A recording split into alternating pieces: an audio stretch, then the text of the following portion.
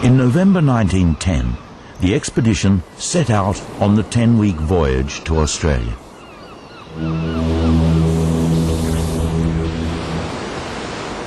Rosborg, a person who accompanies the expedition, refused to drink liquor. Mjoberg then became furious and took a glass with whiskey in it and hit it in the face of Rosborg. The atmosphere on board is the opposite of good. One almost hesitates to be in the saloon at the same time as Mjoberg. Söderberg and Laurel also separate themselves from his company. I would like to know how this expedition will end. Mjoberg retreated to his cabin and worked on the accounts. The expedition members were complaining about their contracts. Mjoberg realized that he could not pay them what they wanted and, at the same time, bring back a significant collection. He became evasive. In November 1910, they finally arrived at the remote town of Derby, Western Australia. They bought supplies, hired a bullock team, and set out for the unknown. Probably they were excited when they arrived in Australia. But on the other hand, they had been such conflicts all the way going there. So I don't know what they expected. Because they were supposed to have tough travel into the Kimberley.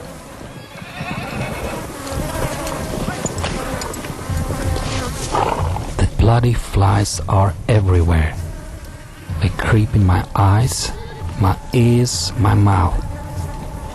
They don't leave me any peace. We move so slowly. Inch by inch, the terrain has to be conquered. In pressing heat and under relentless sun, my long bullock caravan fights its way towards the interior, to the more unknown areas of this barren and hostile country.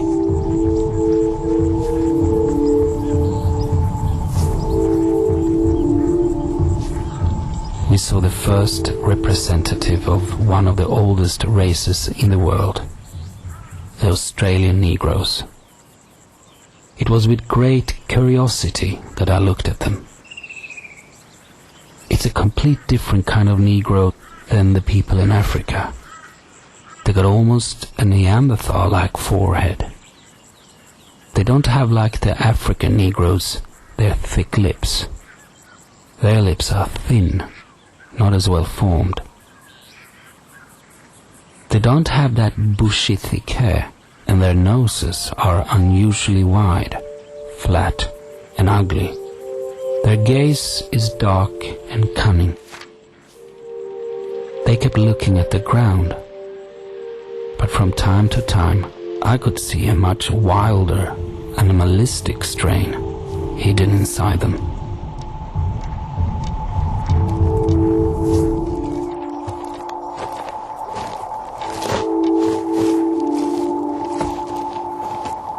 Eventually we arrive at a station called Nukemba, which we make the headquarters of the expedition.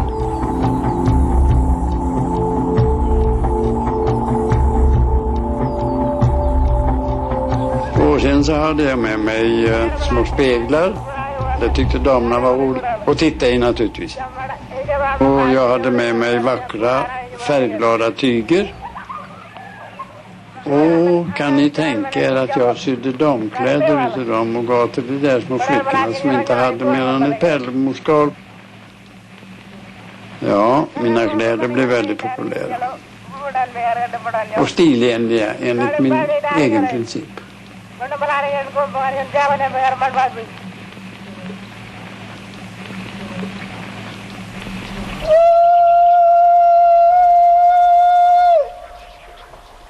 Ngapun ko parang iriya, ada parang tampun ko. Ada parang madang tampun ko. Yari wada.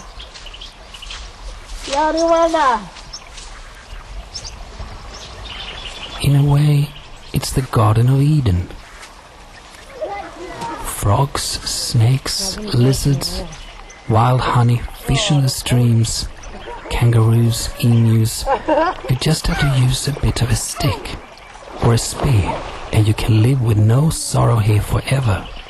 The next day, you've forgotten everything about the previous day, and you can start completely without sadness, hunting for a few things to keep you alive.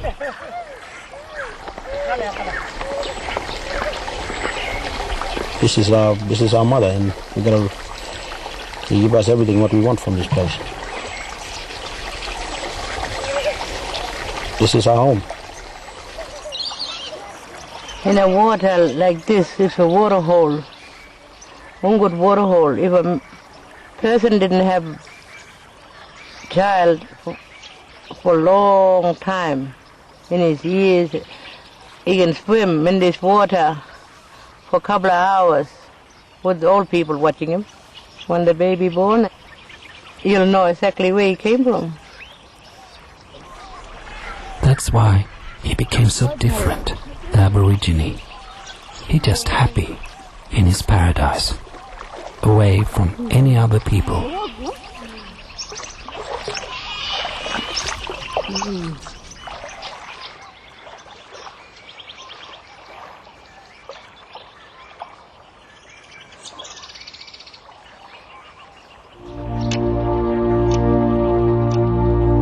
These young European men saw a dry, timeless landscape, so different from the fertile fields of home.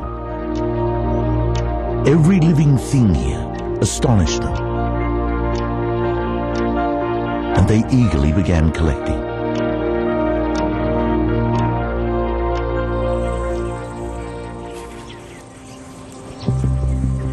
Mjoberg now is keen on shooting kangaroos.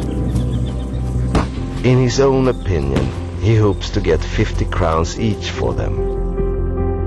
He should bring 100 kangaroo skins back home, he told me today.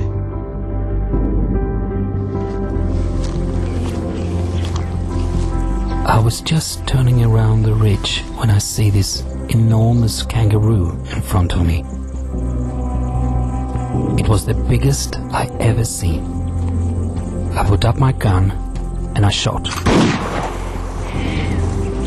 I walked to my prey. You can see into its clear eyes that death is slowly taking over him. A little trickle of blood is coming down the sandstone. The little molecule of life is escaping it. It was the most beautiful kangaroo I ever seen. The mountain kangaroo, Latinus macropus robustus.